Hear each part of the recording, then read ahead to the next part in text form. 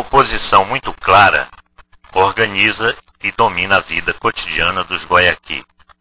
As atividades dos homens e das mulheres são marcadas fortemente pela divisão sexual das tarefas, constituindo dois campos nitidamente separados e complementares. Mas, diferentemente da maioria das outras sociedades indígenas, os Guaiaqui não conhecem forma de trabalho em que participem ao mesmo tempo os homens e as mulheres. A agricultura, na maioria dos grupos indígenas, por exemplo, alterna tanto atividades masculinas como femininas, já que, se em geral as mulheres se dedicam a semear, a limpar os campos de cultivo e a colher os legumes e cereais, são os homens que se encarregam de preparar o lugar das plantações, derrubando as árvores e queimando a vegetação seca. Mas, se os papéis são bem distintos e nunca se misturam, nem por isso deixam de assegurar em comum o início e o sucesso de uma operação tão importante como a agricultura. Ora, nada disso ocorre entre os Guaiaqui. Nômades que tudo ignoram da arte de plantar, sua economia apoia-se exclusivamente na exploração dos recursos naturais que a floresta oferece. Estes se distribuem sob duas rubricas principais: produtos da caça e produtos da coleta. Esta última compreendendo sobretudo o mel, as larvas e o cerne da palmeira pindo. Poderíamos pensar que a procura dessas duas classes de alimento se conformaria ao modelo muito difundido na América do Sul, segundo o qual os homens caçam o que é natural, deixando para as mulheres o cuidado de coletar. Na realidade, as coisas se passam de maneira muito diferente, uma vez que entre os Guaiaqui, os homens caçam e também coletam.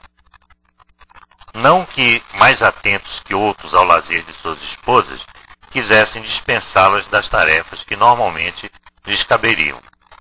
Mas, de fato, os produtos da coleta são obtidos à custa de operações penosas que as mulheres dificilmente realizariam. Localização das colmeias, extração do mel, derrubada das árvores, etc.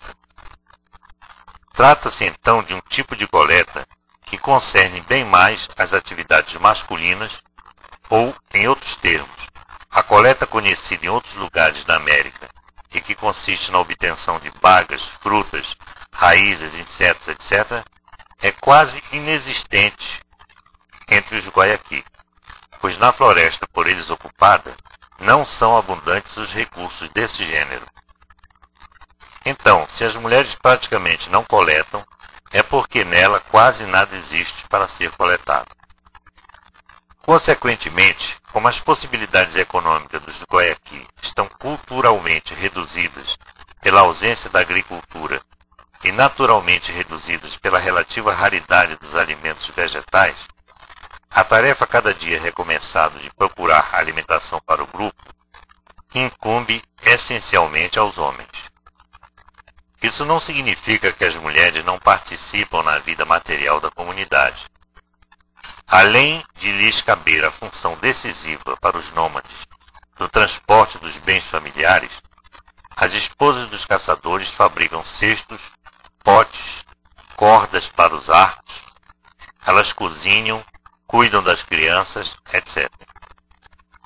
Longe então de serem ociosas, elas dedicam inteiramente o tempo de que dispõem à execução de todos esses trabalhos necessários. Mas não deixa de ser verdade que no plano fundamental da produção de alimentos, o papel de fato menor desempenhado pelas mulheres deixa aos homens o absorvente e prestigioso monopólio. Ou mais precisamente, a diferença entre homens e mulheres ao nível da vida econômica surge como a oposição de um grupo de produtores e de um grupo de consumidores.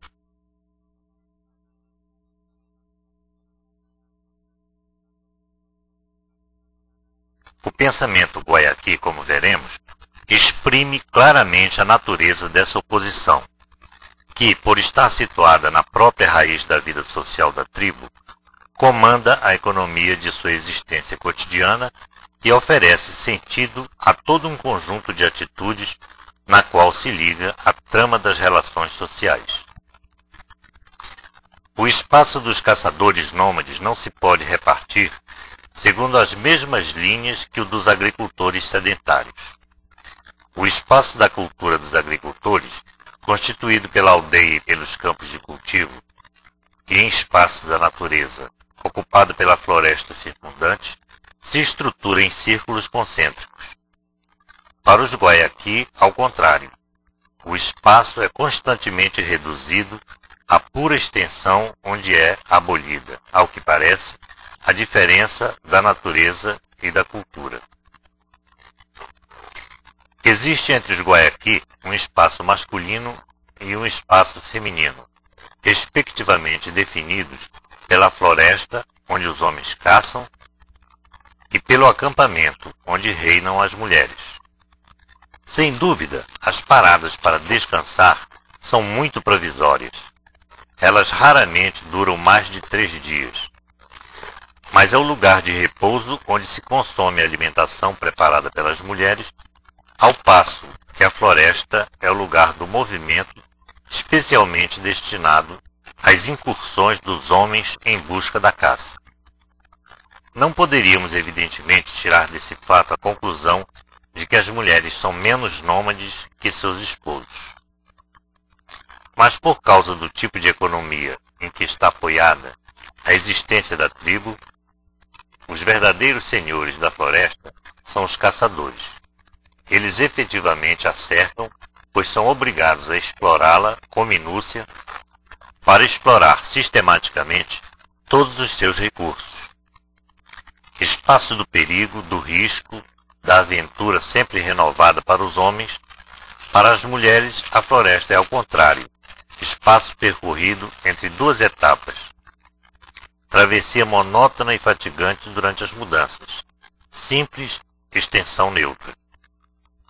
No polo oposto, o acampamento oferece ao caçador a tranquilidade do repouso e a ocasião de fazer trabalhos rotineiros, enquanto é para as mulheres o lugar onde se realizam suas atividades específicas e se desenrola uma vida familiar que elas controlam amplamente.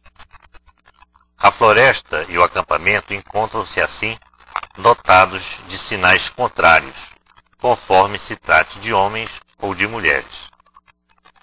O espaço da banalidade cotidiana é a floresta para as mulheres, o acampamento para os homens. Para estes, a existência só se torna autêntica quando a realizam como caçadores, quer dizer, na floresta, e para as mulheres, quando, deixando de ser meios de transporte, elas podem viver no acampamento como esposas e como mães. Podemos então medir o valor e o alcance da oposição socioeconômica entre homens e mulheres, porque ela estrutura o tempo e o espaço dos Guayaqui. Ora, eles têm uma consciência clara dessa diferença e o desequilíbrio das relações econômicas entre os caçadores e suas esposas se exprime no pensamento dos índios como a oposição entre o arco e o cesto. Cada um desses 2 instrumentos é, com efeito, o meio, o sinal e o resumo de 2 estilos de existência, tanto opostos como cuidadosamente separados. Quase não é necessário dizer que o arco, arma única dos caçadores, é um instrumento exclusivamente masculino e que o cesto, coisa das mulheres, só é utilizado por elas. Os homens caçam e as mulheres carregam.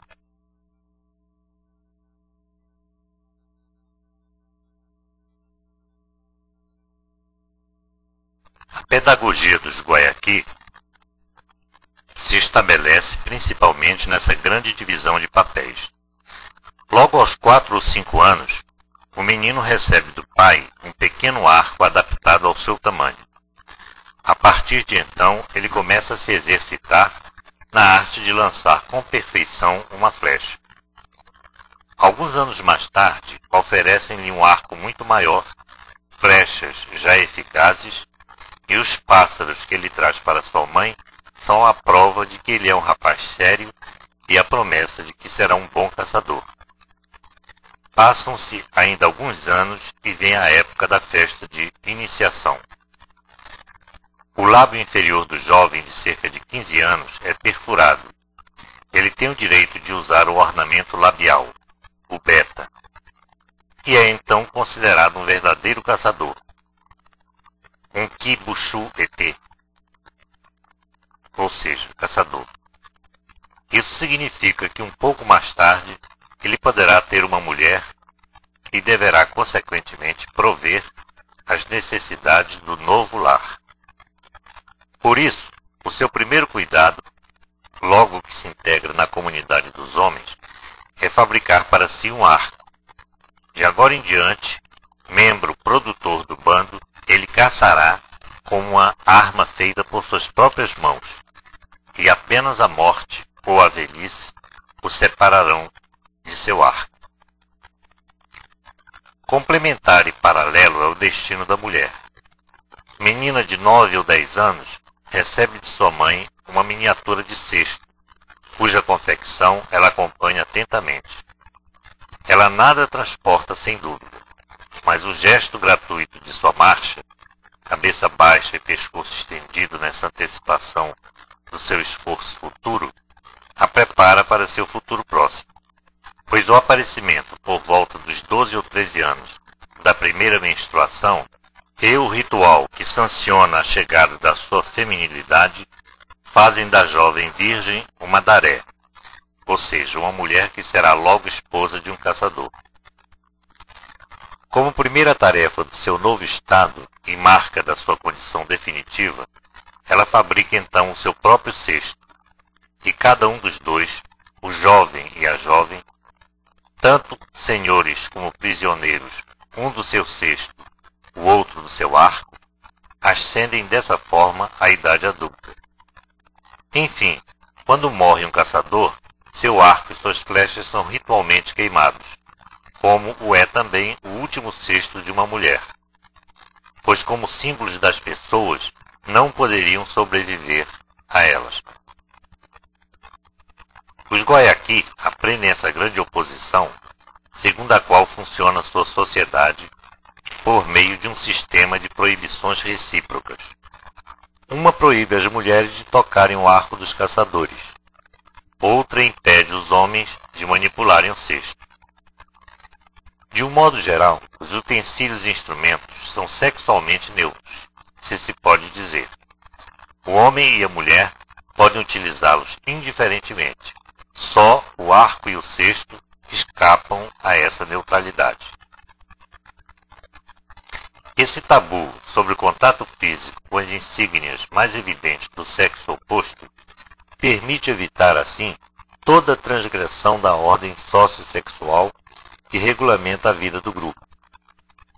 Esse tabu é escrupulosamente respeitado e nunca se assiste à estranha junção de uma mulher e um arco, nem aquela, mais que ridícula, de um caçador e um cesto. Os sentimentos que cada sexo experimenta com relação ao objeto privilegiado do outro são muito diferentes. Um caçador não suportaria a vergonha de transportar um cesto, ao passo que sua esposa temeria tocar seu arco. É que o contato da mulher e do arco é muito mais grave que o do homem e do cesto.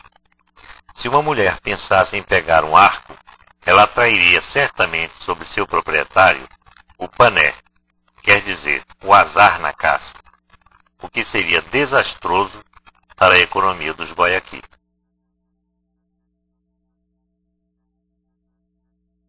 Quanto ao caçador, o que ele vê e recusa no cesto é precisamente a possível ameaça do que ele teme acima de tudo, o pané, isto é, o azar na caça. Pois quando um homem é vítima dessa verdadeira maldição, sendo incapaz de preencher sua função de caçador, perde por isso mesmo a sua própria natureza masculina e a sua substância lhe escapa. Obrigado a abandonar um arco doravante inútil, não lhe resta senão renunciar à sua masculinidade e, trágico e resignado, encarrega-se de um cesto, ou seja, deixa de ser um homem. A dura lei dos Guayaqui não lhe deixa alternativa. Os homens só existem como caçadores, e eles mantêm a certeza da sua maneira de ser preservado seu arco do contato da mulher. Inversamente, se o indivíduo não consegue mais realizar-se como caçador, ele deixa ao mesmo tempo de ser homem. Passando do arco para o cesto, metaforicamente, ele se torna uma mulher. Com efeito, a junção do homem e do arco não se pode romper sem transformar-se na sua inversa e complementar, aquela da mulher e do cesto. Ora, a lógica desse sistema fechado, constituído de 4 termos grupados em 2 pares opostos, ficou provada. Havia entre os Guayaqui 2 homens que carregavam cestos. Um, Xaxubutavaxuji, era Panema. Não possuía arco e a única caça a qual podia entregar-se de vez em quando era a captura à mão de tatus e coatis. Tipo de caça que, embora correntemente praticada por todos os Guayaqui, está bem longe de representar a mesma dignidade que a caça com o arco, chamada de Givondi. Por outro lado, Xaxubutavaxuji era viúvo, e como era Panema, nenhuma mulher queria saber dele, mesmo como marido secundário. Ele tampouco procurava integrar-se à família de um de seus parentes. Estes teriam julgado indesejável a presença permanente de um homem que agravasse sua incompetência técnica com excelente apetite. Sem esposa, porque sem arco, só lhe restava aceitar sua triste sorte. Nunca acompanhava os outros homens em suas expedições de caça, mas partia, só ou em companhia das mulheres, em busca de larvas, mel ou dos frutos que ele havia antes localizado. E, para poder transportar o produto de sua coleta, munia-se de um cesto que uma mulher lhe havia dado de presente. Como o azar na caça lhe destruía o acesso às mulheres, ele perdia, ao menos parcialmente, sua qualidade de homem e se achava assim rejeitado no campo simbólico do cesto. O segundo caso é um pouco diferente. Crembege era na verdade um sodomita, ou seja, aquele que pratica um sexo anal com homens. Ele vivia como as mulheres e, à semelhança delas, mantinha, em geral, os cabelos nitidamente mais longos que os outros homens e só executava trabalhos femininos. Ele sabia tecer e fabricava com os dentes de animais que os caçadores lhe ofereciam colares que demonstravam um gosto e disposições artísticas muito melhor expressas do que nas obras das mulheres. Enfim, ele era evidentemente proprietário de um cesto. Em suma, Crembege atestava assim no seio da cultura Guayaqui a existência inesperada de um refinamento habitualmente reservado a sociedades menos rústicas. Esse pederasta incompreensível vivia como uma mulher e havia adotado as atitudes e comportamentos próprios desse sexo. Ele recusava o contato com um arco, assim como o caçador evita o contato com o cesto. Ele considerava que seu lugar natural era o mundo das mulheres. Crembege era homossexual porque era Panema. Talvez também seu azar, na caça, proviesse de ser ele, anteriormente, um invertido inconsciente. Em todo caso, as confidências de seus companheiros revelavam que sua homossexualidade se tornara oficial, quer dizer, socialmente reconhecida quando ficara evidente a sua incapacidade de se servir de um arco. Para os próprios Guayaqui, ele era um quiripimeno. Significa anos fazer amor, porque era Panema.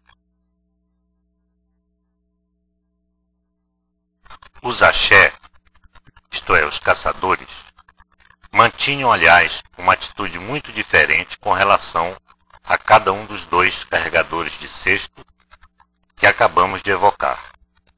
O primeiro, Xaxubutabaxuji, era objeto de caçoada geral, se bem que desprovida de verdadeira maldade.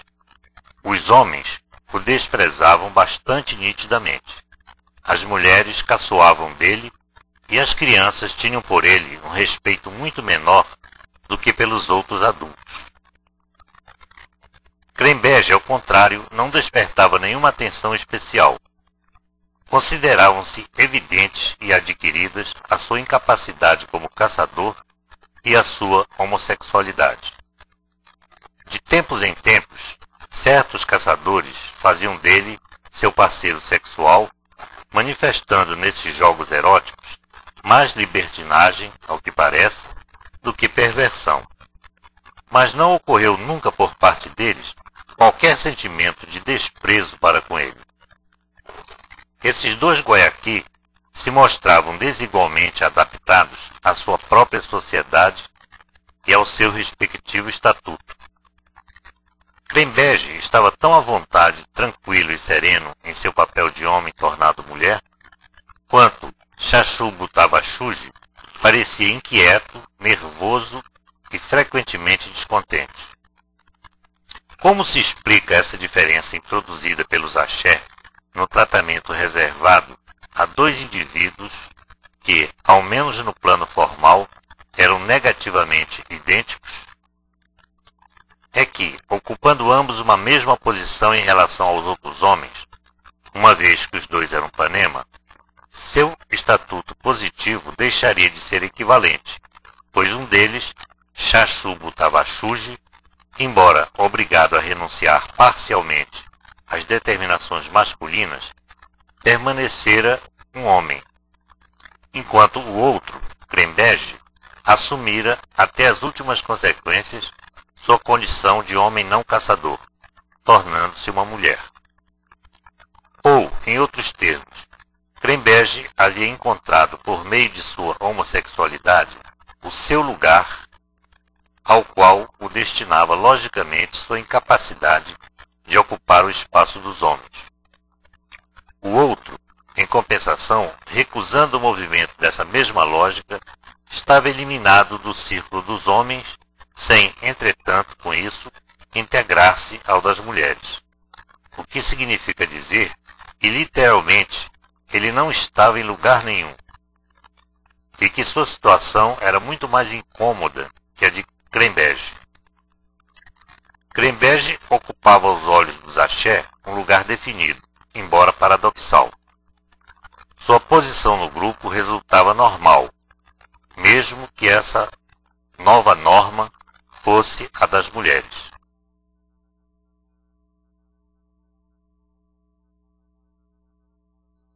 Xaxubutabaxuji, ao contrário, constituía por si mesmo uma espécie de escândalo lógico, não se situando em nenhum lugar nitidamente identificável.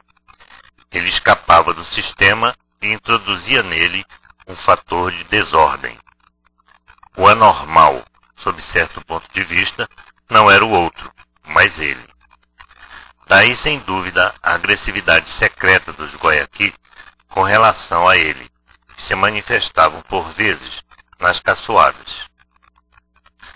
Daí também, provavelmente, as dificuldades psicológicas que ele experimentava e um sentimento agudo de abandono.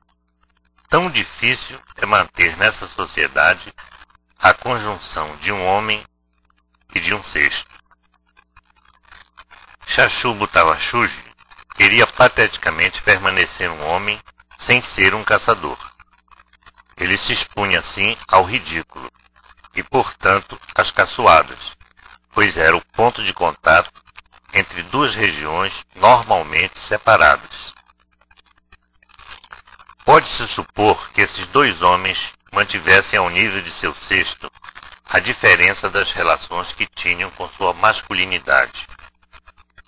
De fato, Crembege carregava seu cesto como as mulheres, isto é, com a tira do suporte sobre a testa.